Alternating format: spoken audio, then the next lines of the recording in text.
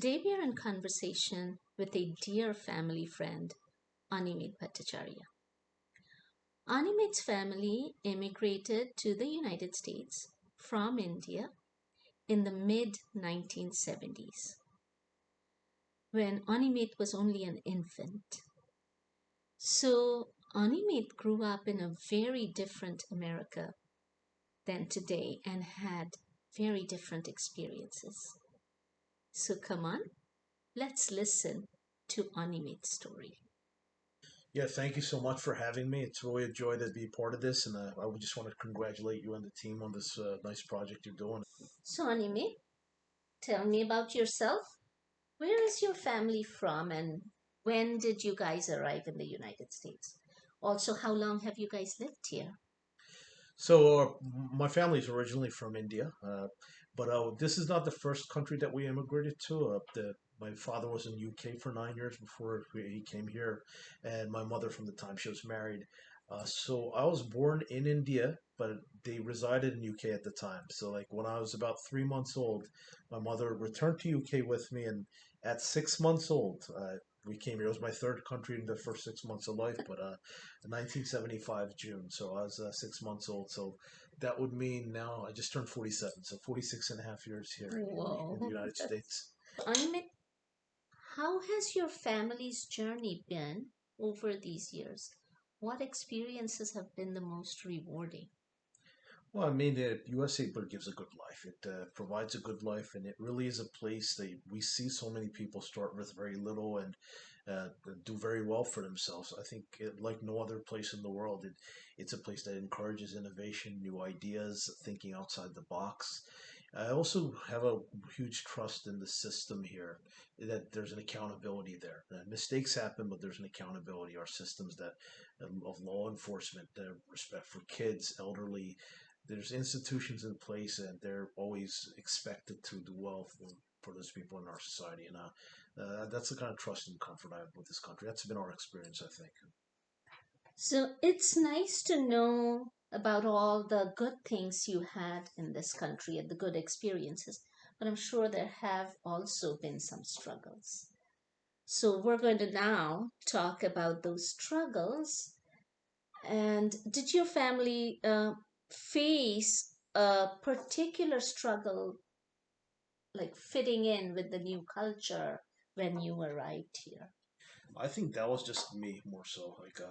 I think as a kid, it was a difficult, and I think it was a very different time then, and people's understanding was different. And we lived in a neighborhood that was unusual neighborhood for most Indian Americans. It was very blue. It was kind of a blue collar neighborhood, very close to my father's work, and it was a tough neighborhood. And it wasn't so much because I was different, but it's because as where I'm from, but behaviorally, I really didn't know the way to fit in, like because we're just not taught the same things, or and Mhm. so and you know, try to fit in, but sometimes it would be awkward, and so I did sometimes find myself as an outcast growing up. So just not knowing the basic social etiquette of children growing up here, Okay. and so that became difficult growing up, and so I think that was the hard part for me, finding my way into the groups, but. I think over time, like still, I had good memories with them, along with some of the difficult ones. The strange thing is, everyone's grown up today, and I get in touch with some of these people, and they remember also, and it's then we talk about it. It's nice, and well, I'd say at a more formal level, where that I'd say being an Indian American, I saw it sort of crystallized. And this was more of a case study than anything else. When I was applying to universities with college admissions, as you know, quotas are used Okay. institutionally. This is something systemic. It's not so much personal for me. Uh, I came to the realization that when you're from a demographic like ours, where people do happen to excel, universities also have certain percentages they need to keep a even distribution. And of the various places I applied, one of the places I did get accepted, but my campus of choice, which was based on merit, I didn't, and some were surprised based on some of my scores and so on. And it became very apparent it had to do with that quota system. Right. So it didn't bother me because it was a small matter overall, but I thought it was a good case study for me to learn about this practice, and it's a very sensitive issue that still gets debated Oh, today. yeah. And so like Wow. it was a I got to have a firsthand experience of it, and so I remember that. I think I tell that story often to discuss the system, how it works, and so on. I mean, it's interesting that you keep in touch with, your friends from your old neighborhood, and you still talk, and you have said that their tone has changed dramatically. In what way has it changed? I mean, part of it's just maturity. I mean, at the end of the day, it was kids being kids, and they didn't know any better. And we had a Right, system that didn't, or like a society surrounding them that didn't necessarily teach them much about the differences. So I was something very different in that specific neighborhood. There wasn't any other Indian American families in that neighborhood, right. and many back then didn't know the difference between us and what's called Native Americans now. Oh my So like gosh. they wouldn't know that we don't do rain dances in our culture, Oh, but I think over the last 15 years with social media, many people have gotten in touch with their school friends. And so, especially with that old neighborhood, I used to always be curious, where are they now? What are they doing? So that's what motivated me to first join social media. And I connected with many of them. I even wound up organizing a reunion. And and many of them, I was the first Indian American they ever met, yet over the years in their work and so on, they've known so many others, so they mm, kind of connect back to me and try to remember the things they used to remember about me, our family, things we did, and when I used to go to India every few years. And so uh, so as I got in touch with them, they mentioned that we connect on a lot of other things we remember from back then. Few of them, because I was sometimes a little bit subject to bullying. A couple of them, like as soon as I get in touch, they're like, it was like a belated apology. I'm so sorry. I still feel bad how mean I was to you. I'm like, relax, it's oh okay. my It's been a while. gosh. So like Yeah.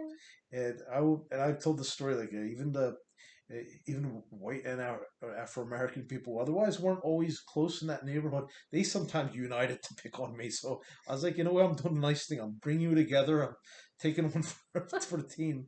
But there was one Afro American who, the first time I connected with him, he wrote to me, "Oh my God, I still tell stories about you. I tell people there's this one Indian guy I used to pick on. I feel so bad because I knew because I had my own insecurities being black, and that's so I used to Oh do so. wow. So that Yeah, was a very touching story to me, and absolutely. so it was neat getting in touch with everybody.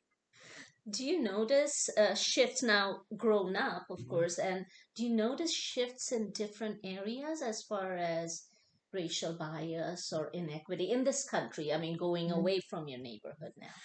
But yeah, I think socially, I don't think most of the kids, my kids, or any of the children I know, deal with nearly what I dealt with then. Like, actually, they're in a very good position. It's a very good place for an Indian American kid to grow up today, and especially since the age of internet. Many people, like both various education levels, they are very familiar with Indian Americans. Still, good degree. They may not be able to differentiate with every state and all the different nuances of our culture, but they have a very good idea. Diwali is a mainstream term, basically. Yeah. Uh, so yeah, in that sense, a different world. Of course, one issue that remains prevalent, as mentioned more on a formal level, the whole issue about the quota system, and that is interesting because I've Mhm. heard it discussed for so long, and there are some that believe in that system because they see it as a way to give reparation to communities, mainly Afro Americans, who have a history of bad treatment.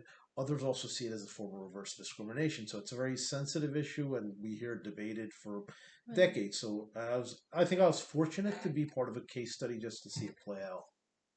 Right. Animit, as we know, you've been here since you were a 6 month old, a baby. I'd really appreciate this about Animit, you that you have stayed very close to your roots, stayed very true to your traditional Indian values. So much so that you went back to India and married Trudeshna, wonderful woman, and but it was an arranged marriage. Yes. So we want to hear about it a little bit.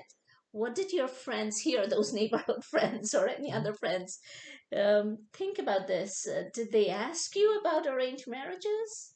Well, I think the most people, it wasn't a totally foreign concept. People were aware that this is a practice. Some may not have known that I was going to be a practitioner of it, but it wasn't something totally different to them. I think there were a lot of questions on the format and how it's actually processed. And I had some of those questions myself because that is something that's evolved a lot over the years. I think the first thing they wondered, to what level, if any, do you get to acquaint yourself with the person before the actual wedding day? But Hmm. that was a question. certainly like what to do if things don't go well. How do you have a choice in this? Does she have a choice in this? Mhm. What you know your parents thinking on it and so on. Another question somewhat of how to what extent does caste play a role in this? And so these were very good nuanced questions I thought where the answer can differ if you depending on who you ask. So we had discussions on that. Of course, the big jackpot question: what do you do if things don't work out after marriage?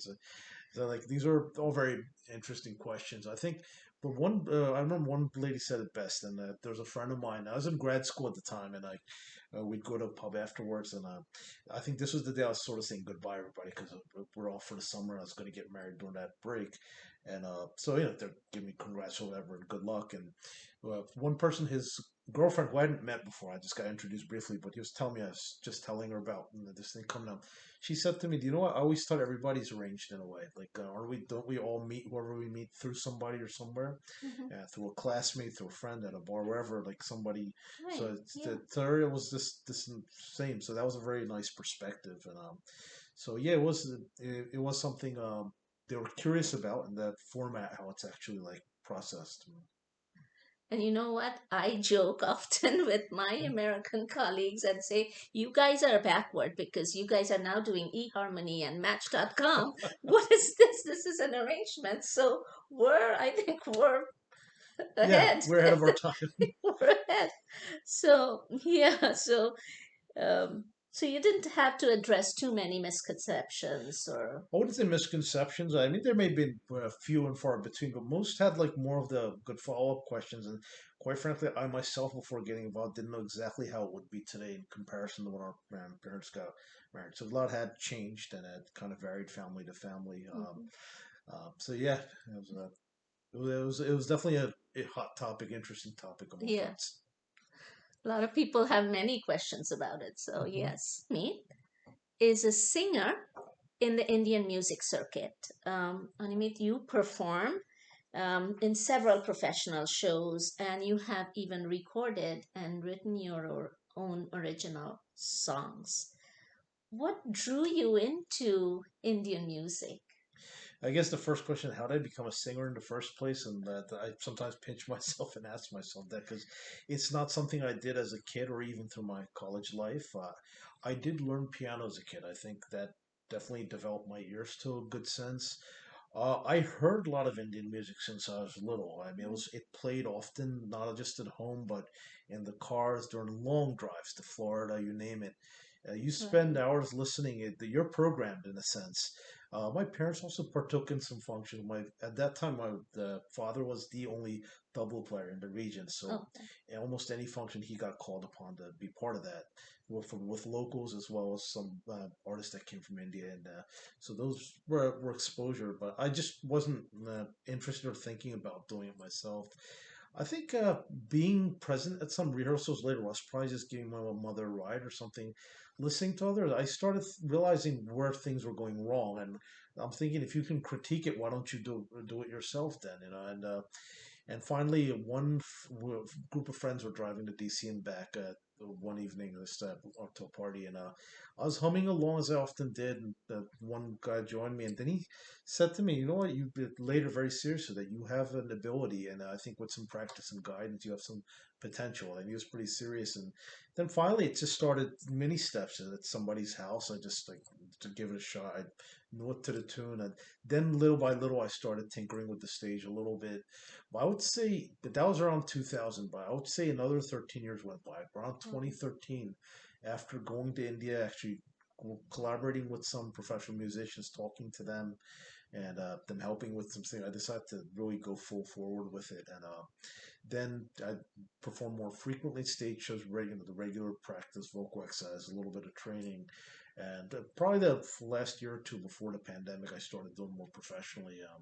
During the pandemic, did various virtual shows worldwide, and of course, like you mentioned, it recently came out with some of my own original songs. So it just like slowly came, and it came to a point where I realized I put so much effort into this and time that I'm not just satisfied being casual anymore. Since I came this far, let me do something with it. And I don't know how long it'll last, but as long as I do it, I want to do it with diligence. Were you ever interested in Western music, like music from here? Did you ever? participate in, say, band or musical theater? Interesting. Like, well, first of all, some of my originals are also English, so it's actually in three languages. I've been releasing Wow. originals: English, Bengali, and Hindi, and I'm about to sing in Malayali for the first time next week. That'll be my Wow. fourth. Impressed. But I just released a Christmas Carol in English this month. Nice. Perfect timing, right? Interesting. In high school, when I played keyboard, I have a garage band for one summer with some people, and maybe a few times I sang along on vocals, like just to help. I did listen to all kinds of music, and of course, learning piano, the instrumental music. I do love Western classical music. But Mhm. I've always been appreciated that. And but yeah, I listened to all kinds of songs. It just gets to the point where music really has no barriers because when you can appreciate a tune, Of course, it yeah. it could be any language. I've listened to Korean music, which I don't understand, but I enjoyed very much. So yeah, this as long as I'm in music, you'll probably see work out of me in various languages, and English will obviously be one of them. So, in this show, since we're talking about dreams and desires and destinations, think back to your childhood and the dreams you had set for yourself. Do you think, Animate, that you have been able to realize those dreams? On the professional side, I probably had done none of those things, but probably because I changed my mind on them, so I'm not too bothered by it. Like sometimes I had a lot of interests from the time I was little, thinking I'll do this, I'll do that, and then I find out what it really takes. I'm like, maybe not. So like what I'm doing right now, I'm doing a lot of audit work and oversight work. I never would have guessed I'd be doing that. Like, but it's been a nice little career, so like but I don't mind it.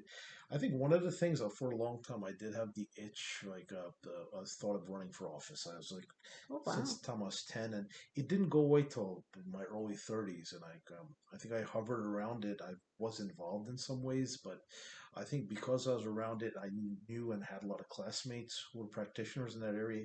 I learned about it, what it takes, which was good, and I realized it's not compatible with what I'm willing to put in. So Mm. so I changed my mind and I went forward.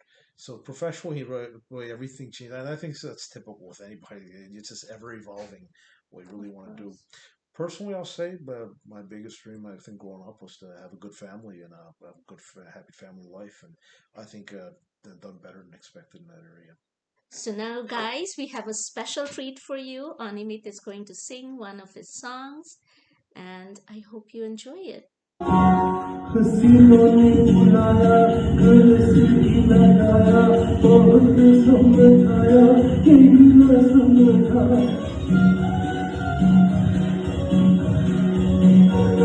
हसीनों ने बुलाया घर से ही लगाया बहुत समझाया कि न समझा बहुत भोला तेरे करा न जाने किस दिन आएगा ये अपना दिल तुम्हारा न जाने किस दिन आएगा